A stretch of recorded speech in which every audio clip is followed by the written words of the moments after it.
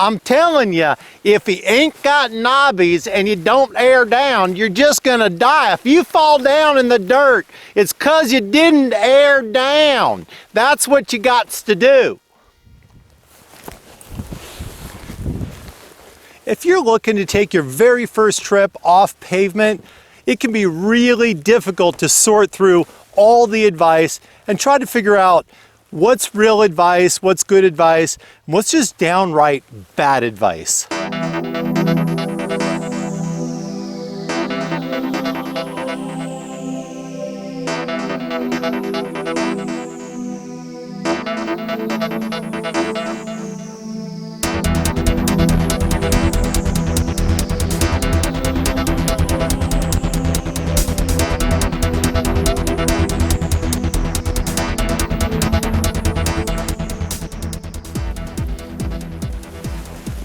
So your first time off-road is probably not really off-road, it's just off pavement. It's going to be made out of dirt or rock or sand or just something other than pavement. So it's really not off-road. So change your mindset on that just a little bit and relax. It's not that big a deal. Also, you're not likely going to be going out in really challenging conditions. Your first time riding off pavement is not likely going to be in snow or a rainstorm or some other really challenging environment, unless of course it was totally accidental. You're going to find that your stock tire, or if you have an 80-20 or a 70-30 or something that's has some more road bias to it, is going to work just fine. In fact, it's debatable whether a 50-50 or a more aggressive tire actually has an advantage in those environments. So don't worry about what you're riding. Just take what you've got and make your ride. Also, when it comes to air pressure, stick with what the OEM recommends. Start with what the tire manufacturer recommends, and if they don't have a recommendation, then go with what the OEM says. Don't exceed the sidewall pressures. If it says 35 on the side, your OEM says 42, go to 35. Otherwise, stick with the OEM. They know what pressures work best for that motorcycle. Now, the debate you're going to hear, the guys are going to tell you, no, you got to air down, it's off-road, you got to go down to 20 or 25 or 15. If you're on a dirt bike, 8 and 15 and 12 are normal numbers. 15 is high. You run 15 pounds in this tire on this motorcycle, and we're going to taco this rim. It's just going to get crushed and damaged. Also, the bike's going to bounce off of things harder. It's going to deflect. You don't have the sidewall support or the lateral support when you're cornering. It's very important to have that pressure correct. Dropping pressures significantly are not going to be to your advantage. When the road runs out of pavement and it turns into something else, just keep riding. See, what you need is to spend more money on your motorcycle, and that'll make it feel a lot more stable. See, that bike keeps trying to fall down because you don't have a steering damper, and the ones they put on from the factory, well, everybody knows those are just garbage. So you got to spend more money and put on a steering damper. A steering damper will make it all better. See, so you got to listen to me. Got to spend more money. Your motorcycle is designed to stay upright. It does not want to fall down. When you get off-road and you feel those handlebars moving left and right, that's the bike self-correcting. That front wheel does the exact same thing on the pavement, but is so small and happens so quickly, few riders actually feel it. When you tighten up on the handlebars, when you tense up, that bike is going to increase that wallow or that movement because you're slowing down its ability to recover. When you're riding, try to ride with 4 fingers dangling over the handlebars. You shouldn't have all hands grabbing on. In fact, better yet, you should be riding with 2 fingers or 3 fingers resting on the clutch and the brake. Only the pinky wraps around the grip. That keeps you from tightening up too much.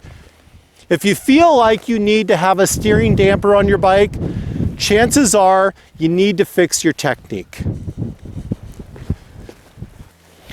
It's all about the eyes. It's all about the eyes. I took a class and they told me to look as far as I possibly could, and that's the secret. So when you're off-road, never look down at the ground. Just look as far out as you can, because that's the secret. Vision off-road is certainly as critical as it is on pavement, but just looking out as far as you can to the horizon isn't always the answer. The higher the speed, the smoother the road, the farther out your eyes have to be, because things are changing rapidly. But the slower you go, the more technical you are, the more your eyes are going to draw down to see what's happening. The problem is many riders don't look past the tip of their fender, so everything they see is a surprise. It's happening right now. Our vision allows us to plan or to target. I can see there's a muddy rut on the right, so I'm going to move to the left. I'm not reacting, I'm just planning. But I can also use it for targeting. In very technical or nerve-wracking situations, let's just say you're on a road, you get a section that's muddy, and there's one wheel track that's clean, one wheel track that looks good to you. What you do is you have to use your vision to help guide you on that wheel track. So you can pick your eyes once you know beyond that and you've made a plan. Now you can drop your eyes to look at where you're going and put your tire exactly where you want to go. Remember, the problem with looking at things on the road is often that you go where you look. So when a car pulls out and you look at the car, you hit the car. If you look at the pothole, you hit the pothole. But if you can use that to your advantage, and when you see the clear path, the only thing you see is the clear path, that helps you out. As a new rider off-road, we have a tendency to see all the things that scare us. What I want you to do is see the things that make you happy. You're always looking for your happy place. And that smooth line through the mud makes you happy. When you see all the rocks and ruts, what you're looking for is those little gaps that are just that wide that are smooth. That's the happy place, and that's the spot you're always looking for. So don't think you have to look out in the distance all the time. Use your distance vision for planning. Use your near vision up close for targeting. You go where you look. Don't never ever touch that front brake when you're off-road. That front brake is just gonna be, that's just the death of you. I don't know why they put that on there. They put them big brakes on the front, and you all knows you need to be using that little brake on the back. That's why they put the little brake on the back, because it's the one that does all the work.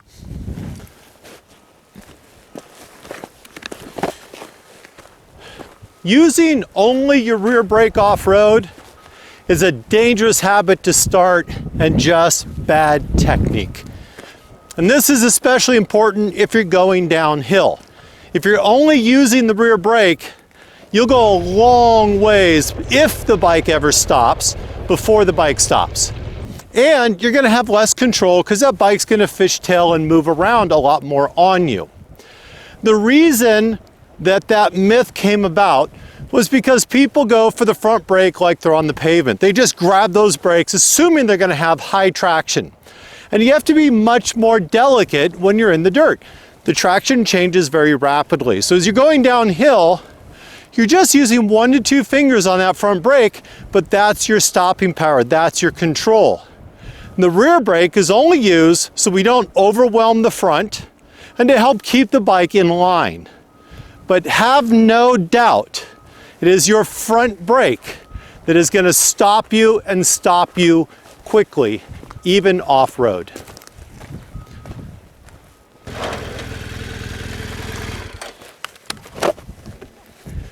One of the myths that people often throw out about going off-road is that you have to stand up and then it lowers your center of gravity. First, it does not lower your center of gravity. I did a video on that already.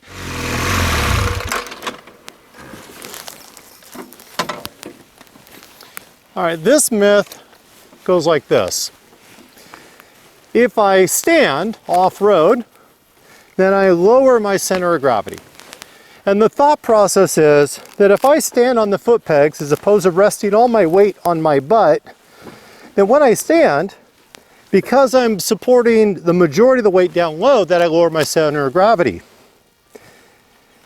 That doesn't make a lot of sense, because that's saying that if I sit here and all of my weight is supported on my butt, that's the same as if I stand on the seat up here. Because all the weight is supported on the seat, my center of gravity should be the same.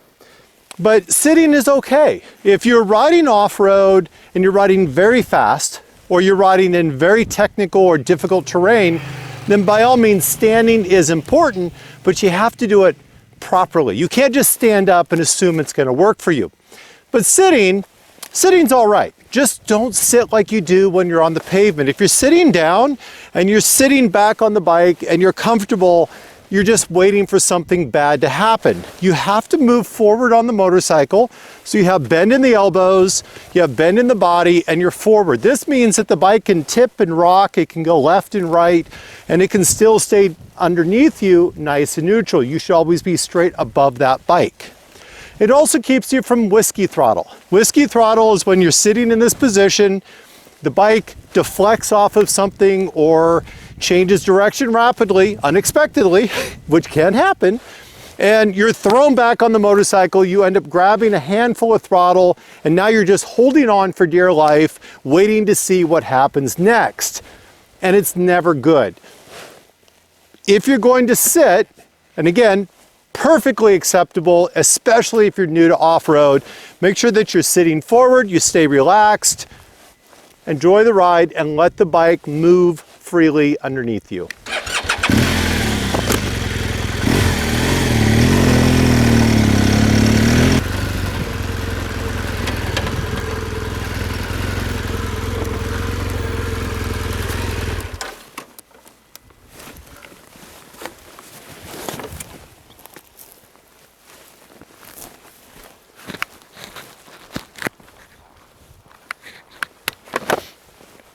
When it comes to riding gear, obviously protection is something that matters a lot. But you don't need to spend a crazy mint or a bunch of money on everything. Certainly eye protection is important to have, and I recommend it because you're going to want to ride with your shield up. As soon as you go off-road or off-pavement, your speeds are going to slow down, the temperature is going to increase, you're more likely to breathe more and fog everything up. So just bring some good eye protection. You don't need to have goggles. You also don't need a fancy helmet. A helmet like this one that's just a regular full face or modular is going to work just fine. The visors are nice when the dust covers your shield because you can't see through it, and when you tip down, that visor will shade it and you can see through again. So it's a nice thing to have, but certainly any good street helmet is going to do the job. Your riding gear is the same. When you have your street gear, as long as you have protection in the elbows, in the shoulders, back, knees, that's going to do just fine. You're actually less worried about sliding down the road, and what you're most focused on is falling over. You're worried about impact, and you're worried about ventilation. You want to make sure you have as much airflow as possible. That's going to be your biggest thing about going from a pavement-focused riding suit to something where you can do off-pavement or off-road riding. This is where you need to spend more money. It's your boots. If you have a boot that says adventure in the name, it's probably not a really good boot. And the myth is you're going to hurt your feet or hurt your ankles because you're riding aggressively off-road. The reality is the most likely scenario is if you break your foot or your ankle, it's going to be turning your bike around or tipping over, or because as a new rider, you're far more likely to put your feet down when you really shouldn't. So when you buy your boot and when you buy your off-road riding gear, make sure that your pants fit over the boots. Also, the boots themselves should be more like a motocross boot. If you can walk comfortably in the boot, it's probably a bad choice. You want to have a boot that's very, very stiff on the bottom of the sole that offers that protection, and you want to have crush protection. If you're new, when that bike falls over, often you'll hesitate in bailing out or getting off the bike. You're more likely to try to save the bike, and that also means you're more likely to get caught underneath the bike. You need that crush protection, you need that support. Also, when you do get to the point where you stand riding off-road, you're going to need that extra support in this foot to reduce fatigue and give you better control. You don't need a new helmet. You probably don't need new pants or new jacket, and whatever gloves you're wearing are going to be just fine. But what you do need is to make sure that you have proper footwear, because that's going to catch you off guard and that's going to end your riding in a big hurry.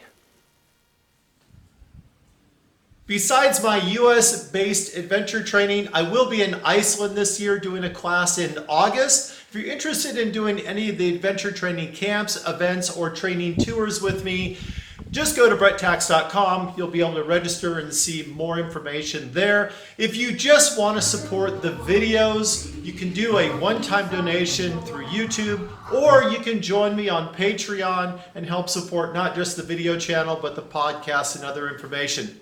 Thanks for watching. Thanks for subscribing. See you guys next time.